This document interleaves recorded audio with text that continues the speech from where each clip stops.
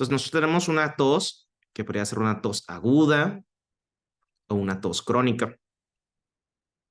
Ustedes ya conocen la definición de tos, bueno, la tos crónica, que es básicamente la bronquitis, ¿no? La definición operacional de la bronquitis crónica, que es básicamente una persona que está tosiendo más de 3 meses, ¿no? Mayor o igual a 3 meses. Pero en situaciones donde no se trata de bronquitis, pues igualmente puede aplicar para los pacientes que tengan tos, pero esa tos sea mayor de 8 semanas, que básicamente son 2 meses, ¿no? Pero obviamente como nosotros hemos estado viendo acerca de EPOC, porque recuerden que la bronquitis crónica es un tipo de EPOC, y luego todavía nos quedan 2 EPOC más, que sería asma, o sea, otros, y sería enfisema pulmonar. Y, ojo, la de las 8 semanas se refiere al adulto, ¿ok? Por ejemplo, en ustedes ya doctores, y cuándo sería, o sea, cuál sería la definición para un paciente pediátrico. Para un niño, tiene que ser al menos 4 semanas, ¿sí? Por ejemplo, ustedes les van a llegar a la consulta pacientes o el internado pacientes que llevan tosiendo más de un mes, ¿ok? O en la práctica, cuando ya llevan prácticas, pues van a ver pacientes que llevan tosiendo mucho tiempo, ¿no? Y siempre lo más importante es, de acuerdo a la guía europea, que básicamente esto lo saqué según la ERS, a todo paciente que esté tosiendo se le recomienda, uno, como recomendación, una radiografía de tórax. Dos, está tomando medicamentos. Y cuando hablo de fármacos, sobre todo incluimos aspirina, porque la aspirina puede llegar a ocasionar tos, pero por mecanismo de alergia. ¿Ok? Y la otra es por hipertensivos. Por ejemplo, ustedes pueden tener familiares en la casa o conocidos que estén tomando antihipertensivos, pero de los antihipertensivos especialmente son exclusivamente los que se llaman IECAS. ¿Sí? Recuerden que estos pacientes, bueno, la otra recomendación, aparte de preguntarle acerca si usa fármacos, la más importante de todas es tabaquismo, fumas,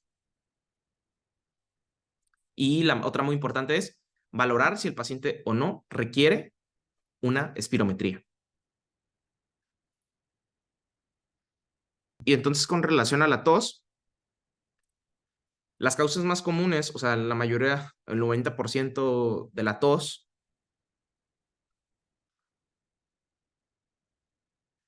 la teoría de la tos consiste en 3 enfermedades. Una es EPOC, pero asma específicamente. La otra enfermedad es tos eosinofílica, no alérgica, o sea, este no tiene que ver con alergias, asma es con alergias. Y la otra tos es por enfermedad de reflujo gastroesofágico. Por ejemplo, ustedes probablemente hayan escuchado el término, es que se me regresa la comida y siente que se siente ácido en el pecho y en la garganta, ¿no? Y eso le conoce como pirosis, ¿no? Es el famoso reflujo. Pero ese reflujo viene acompañado de comida, pero esa comida viene ácida, ¿ok? Es básicamente el ácido del estómago regresando y eso genera tos. Es el algoritmo de la ERS, ¿ok? De la guía europea. Por ejemplo, aquí están hablando de niños. Por ejemplo, ustedes a lo mejor tienen un familiar y está tosiendo y lleva más de un mes tosiendo. Entonces, lo primero que, antes que nada, es, oye, ¿tu paciente tiene tos? No, pues sí tiene tos, ¿no? Ok, ya lo revisaste, todo bien, pero sigue tosiendo tu paciente. Ahora, ¿tiene más de 5 años? Si tiene más de 5 años, realizas una espirometría. Si tiene menos de 5 años, no funciona la espirometría. ¿Por qué? Porque los niños no te hacen caso. Le pides que sople y no van a soplar. Entonces, ahora lo que sigue es, tu paciente está tosiendo, pero tiene los síntomas de una patología tipo obstructiva, por ejemplo, como podría ser EPOC. Pues sí, sí los tiene, ¿no? Perfecto. Entonces, ahí le das tratamiento para eso en específico. Ok, ¿tu paciente tiene síntomas de asma? No, pero igual haces la espirometría. Ahora, ¿qué otras cosas siguen? Pues seguir identificando y buscando más cosas, ¿no? Ahora, y aquí ellos sí les interesa saber si la tos es seca o en este caso es con flema, ¿no? O si es pectora o no. En caso de que es seca la tos, revisar si hay irritantes o no. En este caso, como alergias, familiares, personas que cerca de ellos que fumen, etcétera, ¿no? Test de alergias, el test de Prick, ¿ok? Y la otra es descartar siempre infecciones. ¿Qué trae si uno tiene una infección crónica, ¿no? Entonces, lo siguen por 4 semanas y obviamente, si tiene alergias, le vamos a explicar a qué es alérgico, ¿no? Y alejarse de eso. Si son alimentos, para alejarse de los alimentos. Si son mascotas, pues ni modo, adiós mascotas, ¿no? Si son medicamentos que está utilizando, pues se los quitan, etcétera, etcétera, ¿no? Estamos hablando de un niño aquí. Entonces, vamos a ver si las 4 semanas el paciente mejora o no. Entonces, si mejora, solo vamos a estar esperando a ver si aparecen nuevamente los síntomas. ¿Ok? Probablemente sí fue el desencadenante y el desencadenante fue asociado al alergeno, ¿no? Pero si la persona sigue tosiendo, pues tienes que hacerle más pruebas y más estudios, ¿no? La mayoría de las veces se quedan aquí, ¿no? La mayoría de los pacientes, porque ahorita les acabo de explicar que la triada de la tos crónica, ahí está asma. La mayoría de los niños tienen asma. ¿Y qué pasa con una persona que tosa, un paciente pediátrico que tosa, pero tose con flema? Bueno, pues en este caso, pues lo que tienes que hacer es checar al paciente, hacerle cultivo, o sea, vas a mandar a estudiar, vas a ver si crecen o no bacterias en el esputo, ¿ok? En la muestra, y vas a empezar tratamiento, ¿sí? Si salen bacterias ahí, pues le vas a dar tratamiento. La mayoría de los pacientes le dan amoxicilina, ¿ok? Que básicamente ustedes ya conocen la dosis, que es 50 miligramos por kilo peso al día. Y pues van a esperar si mejora o no el paciente, ¿no? Ahorita estuvimos viendo acerca de la definición de tos crónica y habíamos visto que de las principales causas de tos crónica,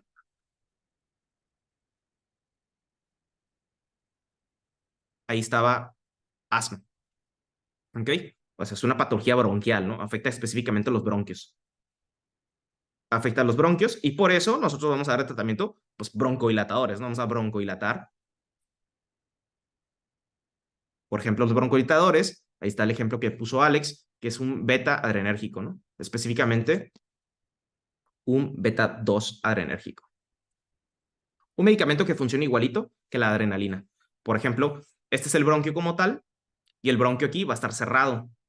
Entonces lo que vamos a hacer es abrirlo, vamos a dilatarlo y el aire va a estar saliendo y entrando como si nada. O sea, como si no hubiera problema, pues.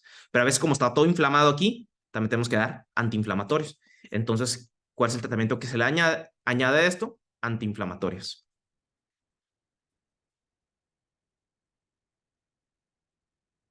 ¿Sí? Y el ejemplo que puso la doctora y el doctor Alex que mencionaron fue budesonide. Igualmente puede incluirse ahí fluticasona. Bueno, de preferencia, utilizamos de acción larga, los LAVA. La primera F, porque el tratamiento es doble F. Habías mencionado esto, que los pacientes con asma, el proceso alérgico completamente. ¿Que asma puede ser desencadenado por tabaquismo? Sí, sí puede ser, porque es un irritante. Pero el tratamiento como tal es dilatar el bronquio, dar un broncodilatador. La adrenalina normalmente broncodilata, entonces por eso vamos a dar agonistas, pero vamos a dar agonistas de acción larga. Por ejemplo, doctora Neila y doctora Alejandro, pues tenemos la opción de los medicamentos de LAVA y SABA, ¿ok? La B es de beta, el receptor beta adrenérgico, ¿sí? La L de prolongado, el long, ¿ok? La S de short, de corto.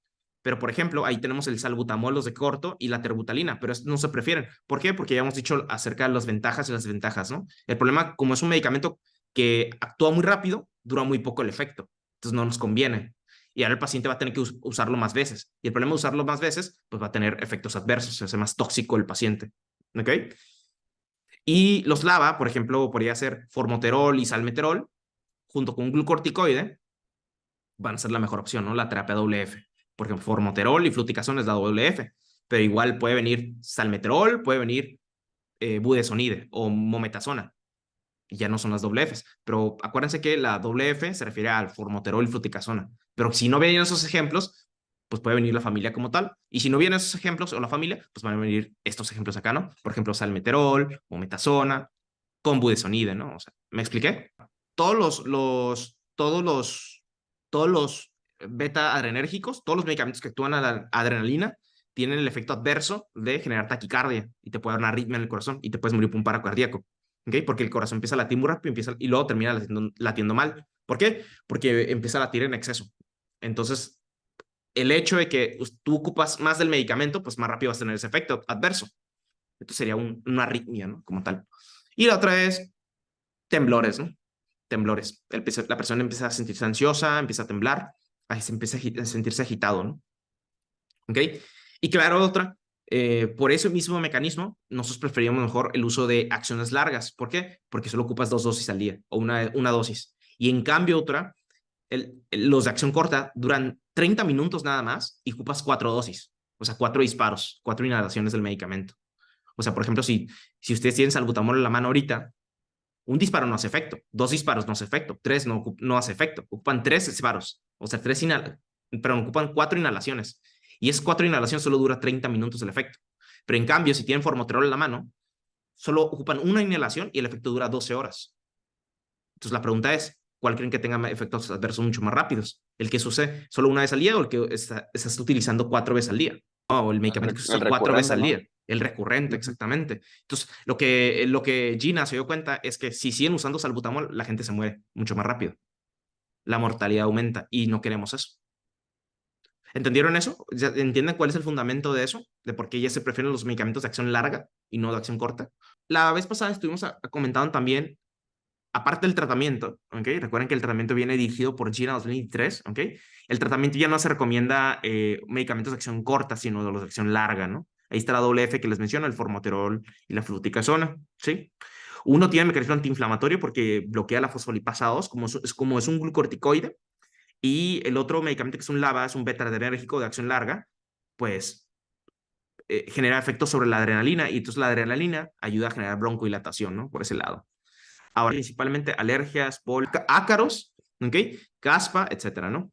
Bien, y nos quedan los demás tipos de POC, por ejemplo, podría ser la bronquitis crónica y enfisema pulmonar. Obviamente, ahorita nos interesa ver el de la bronquitis crónica, ¿sí? Ya no asma, porque asma ya lo acabamos terminado de ver.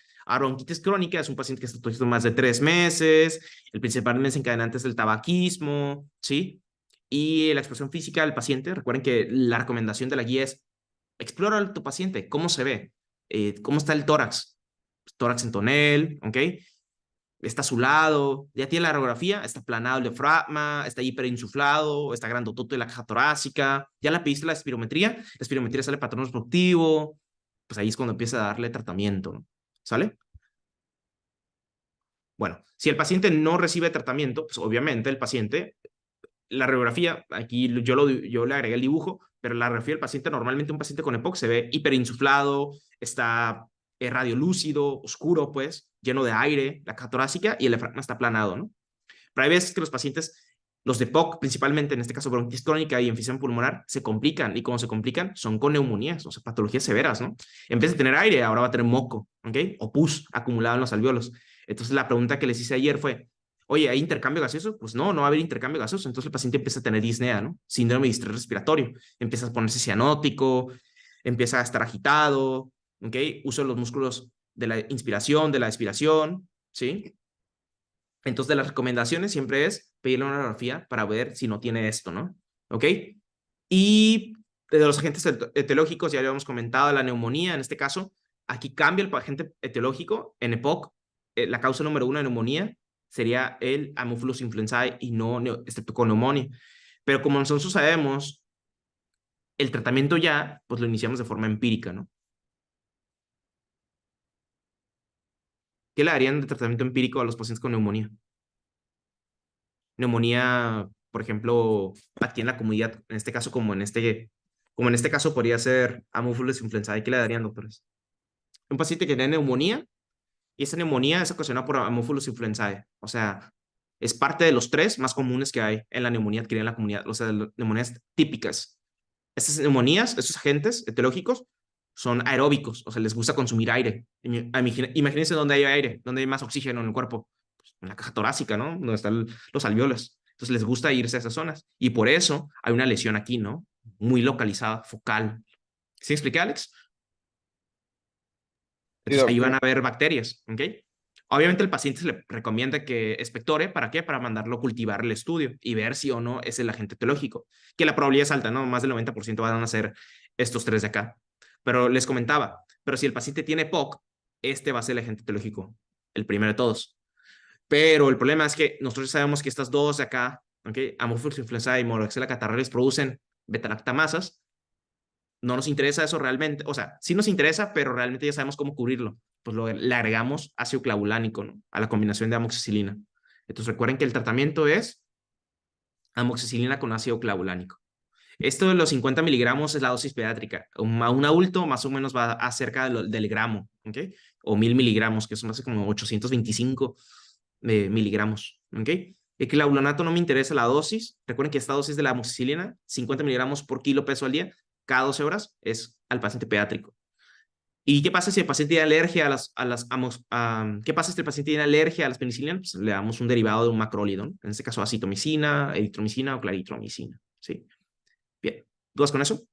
Cuando una persona tiene una neumonía, o sea, cuando, por ejemplo, tú tienes un conocido y ese conocido se ve así su radiografía y tiene fiebre y está mal, o sea, está con disnea, tiene tos y tiene fiebre y tiene antecedentes de una infección viral, pues tiene una neumonía, ¿no, doc? Tiene Sí, 50 doc. años, neumonía adquirida en la comunidad. Y luego le preguntas, oye, ¿fumas? Y lo sí, sí fumo. Y luego le preguntas más, tiene diagnóstico de POC, de bronquitis crónica. No, pues dices, no, pues neumonía adquirida en la comunidad, complicada con una neumonía, ¿no? Bueno, o sea, EPOC complicada con una neumonía. Hasta ahí todo fácil, ¿no, Alex? Sí, sí, Pero sí. yo, pero realmente tú no sabes cuál es el agente teológico, pero por probabilidad, por estadística y por epidemiología, tú sabes que estas tres son las que lo ocasionaron eso. ¿Me explico? Sí. Ujú. Pero el paquete viene incluido 3 por uno. O sea, con tienes uno, tienes los tres juntos, no tienes uno nada más. ¿No? ¿Me expliqué? Pero, por Ah, ok, doc. ejemplo, si una Ajá. persona no tiene POC, este va a ser el agente teológico número uno, neumonía. Pero por tener EPOC, Haemophilus influenzae sube, se pone en primer lugar. ¿Sí? Ah, ok, entonces va a depender si tiene Epoch, ¿no? Como tal, para que Ajá, uno sea pero vas más. a ver cuál es primero, cuál es segundo, nada más. Pero realmente, ¿te interesa eso? ¿Realmente, No, pues, intrínsecamente te interesa? No, no me interesa. ¿Por qué? Porque tú sabes que el tratamiento es el mismo. Amoxicilina con ácido clavulánico. Porque tú sabes que lo ok, vas a doc. cubrir. Porque tú cubres 3 por uno, no cubres uno por uno. Tú cubres 3 por uno. ¿Por qué? Porque los tres vienen en paquete. Vienen en una misma caja. ¿Sí, doctora Marina? Vienen en una misma caja estos tres. ¿Sí? Ok. ¿Ivana? Lo de la resistencia era lo de las Sí, beta-lactamases, pero ¿verdad, como es doc? 3 por Ah, uno, como es 3 por uno, Doc, pues viene incluida Haemophilus influenzae y Monoxella catarrhalis. Y es como estas dos producen beta-lactamasas, pues tienes que a fuerzas cubrirle con ácido clavulánico o clavulanato. ¿Hace sentido eso ya? ya, doc, ahora sí ya la capié. Ok. Thank you. O sea, no es, doctor, es que el paciente tiene una neumonía por neumonía. ¿Solo le das amoxicilina? No. ¿Por qué no? Porque es 3 por uno, vienen las tres juntas. Bien, entonces, estas son las beta-lactamasas. Y hay bacterias que le encanta producir beta-lactamasas, ¿no? Y así como lo comentó la doctora Giovanna, son bacterias que inactivan a la amoxicilina, ¿no? Y la amoxicilina es un anillo beta-lactámico. Entonces bloquea el efecto de la amoxicilina y se hace resistente al cuerpo, ¿no? Entonces no funciona la amoxicilina y la bacteria puede crecer y no se muere, ¿sí? Entonces, ¿cuál es la función de esta beta-lactamasa? Inactivar, ¿ok? Le hace hidrólisis al anillo y deja funcionar, ya no funciona. Ahora la transfectiación va a seguir ocurriendo, o sea, la síntesis de pared va a ocurrir, ¿sí? Entonces, este proceso va a ocurrir. Normalmente la amoxicilina lo bloquea. El momento de la pared bacteriana normalmente se inhibe con las penicilinas o con un derivado, en este caso la amoxicilina. Pero el problema es que tenemos las otras dos bacterias y las beta-lactamasas van a aparecer, ¿no? ¿Sí me expliqué, Alex? En la bronquitis crónica, el enfisema pulmonar, si ustedes buscan sus apuntes, hay un dato muy importante, la tos. Pero esa tos es crónica, más de 3 meses. Y esa tos es por lo menos con predominio en las mañanas y es abundante. Hay veces que la tos no quiere salir, entonces ¿qué creen que le tienen que dar? Pues si no quiere salir el antimucolítico, ¿no? Para que Claro, ¿y cuál salga. sería una buena opción? La guaifenicina aquí se aplicaría.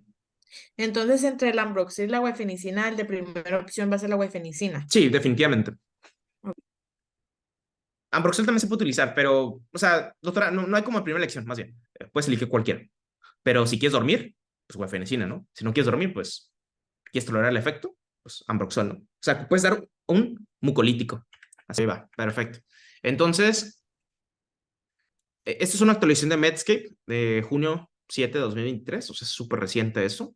¿Okay? Y ahí es donde les comenta la triada de tos crónica, ¿no? Que es la tos eosinofílica no alérgica, asma, y la otra es ERGE, enfermedad por reflujo gastroesofágico. Pero lo que más me interesa a mí es asma, que ustedes ya conocen el tratamiento, que es broncohilatador de acción prolongada, ¿ok? Y la otra es un antiinflamatorio, un glucorticoide, ¿sí? La doble F. ¿Cómo se define la tos crónica? Ya lo hemos visto hace un momento, ¿ok? Definición para el adulto, más de 8 semanas, para el niño, más de 4 semanas, pero para bronquitis crónica, que es un tipo de POC, más de 3 meses. Alrededor del 40% de la población, en general, tiene tos crónica, ¿ok? Y la mayoría de las veces en los niños dura un mes. O sea, por ejemplo, un niño lo llevan a la consulta de que, es que mi niño está tosiendo. Y le preguntas, oye, ¿cuánto tiempo lleva tosiendo? Pues ya casi más de un mes. La mayoría, el 92% de los casos, son en pacientes inmunocompetentes, o sea, que quiere decir que tienen un buen sistema inmunológico, o sea, que es competente el sistema inmunológico, y la tos, pues, se ha de ver a una tos de la vía respiratoria alta, en este caso por la tos eosinofílica que les mencionaba, asma o ERGE, ¿no? ¿Qué pasa en el ERGE? ERGE es básicamente es esto, doctores. El ácido del estómago normalmente lo que hace es degradar la comida, ¿ok? Transformar el quimo, ¿ok? El ácido del estómago no sube, ¿ok? Porque aquí hay un esfínter, que no lo van a ver hasta después, ¿no? Se le conoce como esfínter esofágico inferior, ¿ok? Y hay situaciones, por ejemplo, ciertos tipos de alimentos, por ejemplo, la cafeína, el tabaco, hacen que ese esfínter se abra y el ácido del estómago regrese, o el contenido del alimento regrese, pero ácido, caliente, ardoroso, eso se le conoce como pirosis, ¿sí? Y la persona empieza a toser. ¿Por qué? Porque ese jugo gástrico se va a la tráquea y la tráquea sensa eso y genera tos seca, ¿sí? Entonces, pacientes que tengan este tipo de problemas presentan tos. Entonces, el ácido, en vez de estar en la vía gástrica o vía gastrointestinal, ahora va a irse a la vía respiratoria y eso no queremos. ¿Me expliqué? Entonces, para que tengan eso en cuenta. Y a veces, pues, hay ronquera, son diagnósticos diferenciales de asma, a los pacientes les hacen una espirometría y sale completamente normal, le hacen tomografía, sale completamente normal, y luego les hacen endoscopías, les meten un tubo, una cámara para revisar el esófago y está todo irritado, ¿no? Está todo quemado. ¿Por qué? Por el ácido del estómago, ¿no? Y eso es muy frecuente, doctores, ¿eh? Sobre todo en pacientes con obesidad y con sobrepeso, ¿sale? Para que tengan en cuenta eso. Pero la mayoría de los pacientes refieren tos seca, crónica, ¿ok? Esa es una. Dos, hay ronquera, hay dolor, ardor en la garganta y le preguntas, oye, ¿sientes que regresa la comida? Sí. Y cuando regresa la comida, ¿sientes que está caliente? O sea, ¿sientes que arde? Sí, sí siente eso, ¿no? Y la otra es epigástrico, ¿no? Es en la boca del estómago por lo general. Bien. ¿Y qué pasa con el paciente con asma? Pues asma, el problema es una hiperreactividad bronquial, ¿ok? Ya lo vieron ustedes con la doctora, en donde se inflama el bronquio, ¿ok? Y se obstruye la salida de aire. ¿Ok? Entonces el paciente empieza a retener CO2, efecto Bohr, acidosis respiratoria, y eso ya lo conocen, ¿no? Entonces, ¿por qué se broncoconstriñe? Porque hay un proceso inflamatorio ahí, ¿no? Un alergeno, un patógeno, un virus, lo que sea, ¿no? Humo del tabaco, ácaros, etcétera, etcétera. Alergenos, ¿sí? Y entonces la persona empieza a tener tos, ¿no? Y por lo general los síntomas aparecen en la noche, como ya lo pueden, ya vieron los criterios de asma, la tos es por lo general en las noches y los despierta, ¿sí? Bien. Pero hay otras causas por las cuales las personas pueden tener tos. Por ejemplo, ¿qué cosas pueden ocasionarle tos a los pacientes? Por ejemplo, infecciones virales, que de forma crónica. Por ejemplo, secuelas de COVID-19, la tos crónica, ¿sí? ¿Qué otras cosas? Por ejemplo, apnea obstructiva del sueño, muchas otras enfermedades más, ¿no? Pero realmente que más me interesa, autores, es asma, ¿no? Porque estamos en respiratorio y asma es lo importante, que es un tipo de POC. ¿Cuál es el objetivo de toser? Ya lo hemos comentado también, limpiar la vía aérea, ¿ok? Eliminar las partículas inhaladas, forma moco y lo desecha, ¿no? O sea, lo envuelve en moco y lo desecha, lo escupe, por así decirlo, ¿ok? Bloquea la aspiración y bloquea que el alergeno o la bacteria, el virus, descienda, o sea, que se vaya al alveolo, porque si baja, ocasiona neumonía y no intercambio gaseoso, ¿no? Y nosotros queremos que siga habiendo intercambio gaseoso, ¿ok? Pero ya sabemos que los pacientes que tienen riesgo de desarrollar EPOC, que son los pacientes que fuman, pues los cilios se destruyen, ¿no? Se queman los cilios. Hay una destrucción ciliar del epitelio pseudoestratificado cilíndrico ciliado. Entonces, se produce mucho moco y ese moco puede descender, ¿ok? Y el cilio, pues no lo atrapa. ¿Por qué? Porque no hay cilios. Normalmente lo que hace la tos es limpiar, por así decirlo, drenar, purificar esa vía aérea, ¿ok? A veces que el moco es muy espeso y aquí tenemos que darle medicamentos, ¿no? Para romper esa calidad espesa, ¿no? El reflujo de oxígeno normalmente se realiza por el nervio vago. El nervio vago, ¿okay? Desde el cerebro manda raíces nerviosas y esas raíces nerviosas van directamente a la laringe, los bronquios, a la laringe superior, específicamente en las zonas donde está la carina, ¿ok? En estas zonas está inervado, ¿ok? Y esa zona, pues detecta, sensa, si hay algún químico, ¿no? Algo extraño, ¿no? Tiene 3 receptores, tiene receptores rápidos, lentos, y los más importantes son los nocireceptores, ¿ok? Los que ocasionan daño al epitelio.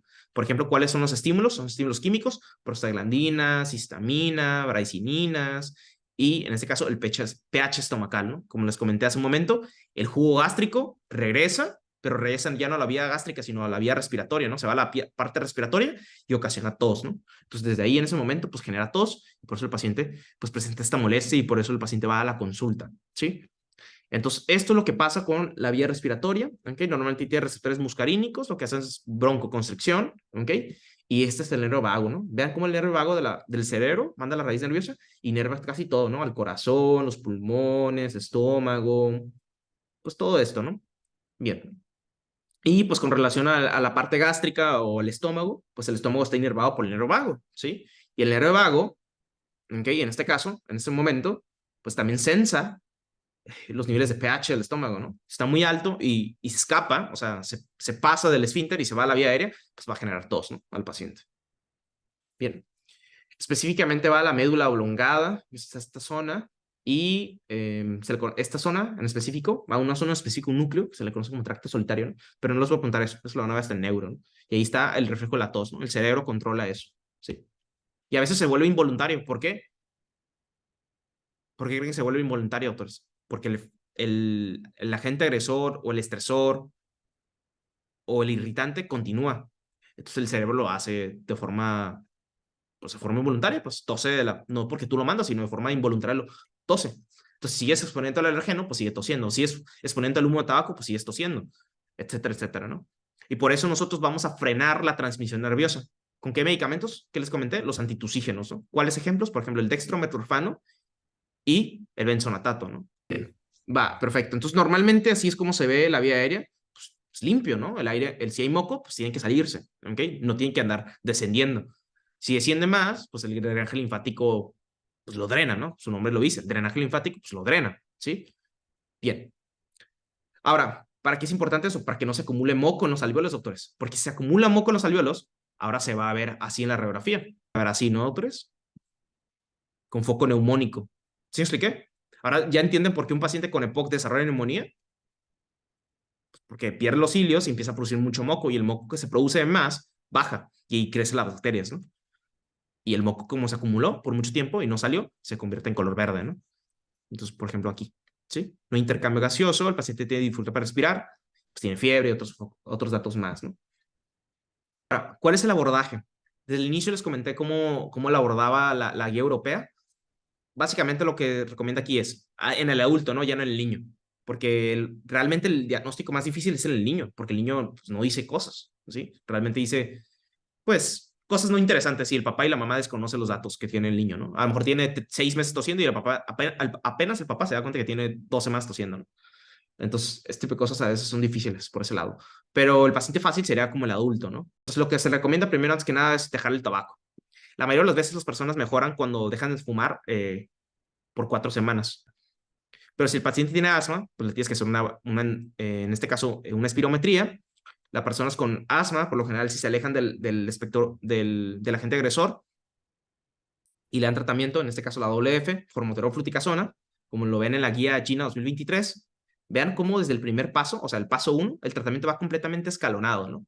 Y vean desde arriba, desde aquí abajo, perdón, del paso 1, step 1, hasta el paso 5, se da la terapia con formoterol y fluticasona. Por ejemplo, ustedes ven aquí ICS. ¿Qué es ICS? Glucorticoides inhalados, ¿sí? Ahora, recuerden que esto es el tratamiento preferible, pero a veces tenemos el tratamiento alternativo, ¿sí? Y el alternativo le dan salbutamol, pero ojo, vean lo que dice aquí. Primero revisa si el paciente está utilizando correctamente el tratamiento. Si no sabe utilizar el inhalador, probablemente pues, no le está haciendo efecto al medicamento. El dextrometorfano, su mecanismo de acción, ¿cuál es? Es inhibir el receptor sigma, ¿ok? Del centro tusígeno, o sea, el del cerebro. a nivel de la médula oblongada, o sea, la médula espinal. Lo bloquea, ¿ok? Y la persona deja de toser, ¿sí? Deja de toser. Ahora, ¿cómo lo hace? Disminuyendo la sensibilidad del receptor. Entonces el receptor ya no interpreta, oye, hay que toser, ya no lo hace. Por más moco que hay, ya no lo tose. ¿Por qué? Porque bloqueaste los potenciales de acción. Entonces, esta es la combinación, ¿no?, que les decía. Por ejemplo, doctora Neila, nada más quiero ver si le entendió o no. ¿Por qué crees que le están combinando aquí un antitusígeno y un expectorante? Para que se pueda hacer más líquida, perdón, y la ¿Ok? pueda absorber rápido algo El drenaje linfático, dijo, linfático, ¿no? ¿cómo? Ok, Ah, va. eso. Pero si estás dando el dextrometorfano, se supone que le estás quitando el mecanismo de la tos, no está tosiendo. ¿Hay un problema ahí o no hay un problema ahí? Pues no hay problema porque se disuelve, ¿no? Por la otra, Maestra, bien dicho. Ya con por eso el ya lo otro tienes resuelto. medicamento. Ya lo tienes resuelto. Fácil, ¿no? Y se queda dormido, es la otra. Sus efectos adversos, somnolencia. Súper raro que ocasiona el síndrome serotoninérgico. Eso es súper tóxico, doctores. Eso es muy peligroso. Entonces, por ese lado tampoco hay que dárselo a los niños, ¿ok? Entonces, sedación, somnolencia es lo más característico. Náuseas y vómito, ¿por qué, doctores? Por el sabor del jarabe, ¿no? A nadie le gusta eso. ¿A quién le gusta el jarabe? Nadie, ¿no? Entonces, tener en cuenta de eso, doctores, el síndrome serotoninérgico es algo muy peligroso. ¿Qué pasa con el síndrome serotoninérgico? El paciente empieza a subir la presión arterial, se pone intranquilo, ¿ok? Como tú le estás bloqueando los potenciales de acción en el cuerpo, y el serotoninérgico lo que hace es básicamente como un efecto de rebote. Entonces responde de forma inadecuada al cuerpo y empieza a producir mucha serotonina y la persona se pone bien agitada, súper exaltada, súper agresiva, etcétera, ¿no? Y a veces puede llegar a convulsionar.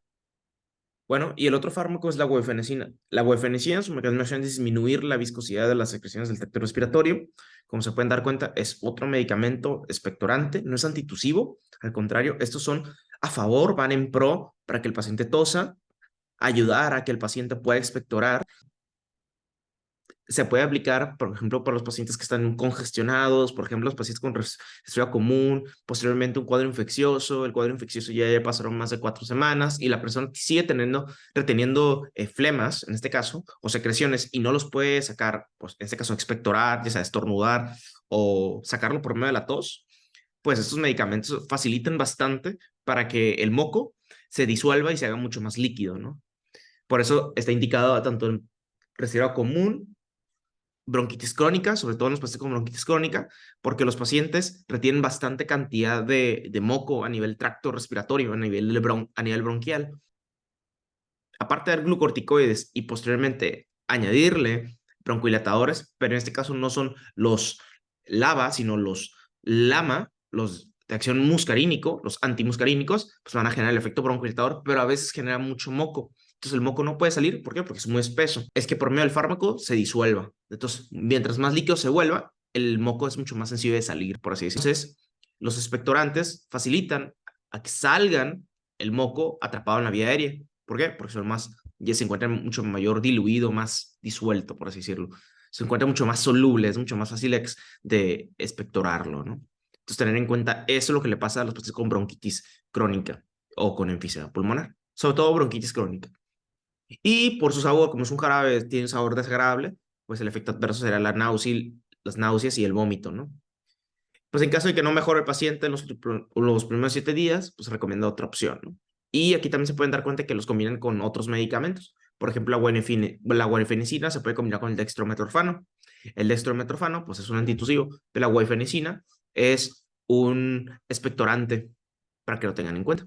El bentonatato, pues, es un antitusígeno, ¿ok? La mayoría ya lo han visto este medicamento. Y el bentonatato lo que hace es igual bloquear los potenciales de acción. ¿Cómo lo hace? Generando un efecto de anestesia, pone tranquilo a la tráquea, ¿ok? Y a los receptores de la tos ya no generan ese reflujo de oxígeno. El paciente, pues, ya no tose, ¿ok? Y muchas veces lo utilizamos como para conciliar el sueño, ¿no? Se había comentado que hay otras utilidades por este tipo de medicamentos, por ejemplo, personas que tienen insomnio, ¿no? Bloquea el ciclo de oxígeno, muy parecido a lo que hace el dextrometorfano. Y pues ya, efectos de eso, pues somnolencia, ¿no? Efectos de eso, somnolencia y se hace. Igual náuseas y vómito, ¿por qué? Por el sabor desagradable. Otras medidas no farmacológicas para prevenir infecciones de vías respiratorias altas, la demás es lo más importante. Vacunas, lo más importante. Vacunas y lavamanos, lo más importante. Por ejemplo, ustedes han visto a pacientes, hoy tomo mucha vitamina C, te va a funcionar. Sí, pero para una persona que es deficiente a la vitamina C, por ejemplo, tener escorbuto, ¿no? Pero si no tienes escorbuto, pues no tienes indicación para dárselo, ¿ok? Porque la mayoría de los alimentos ya tienen vitamina C. Eucalipto, mentol, no funciona. Ya se probado, dicen que no funciona. Bien. Y el uso de oncolíticos, por ejemplo, puede ser el ambrotol, la N-acetilcisteína.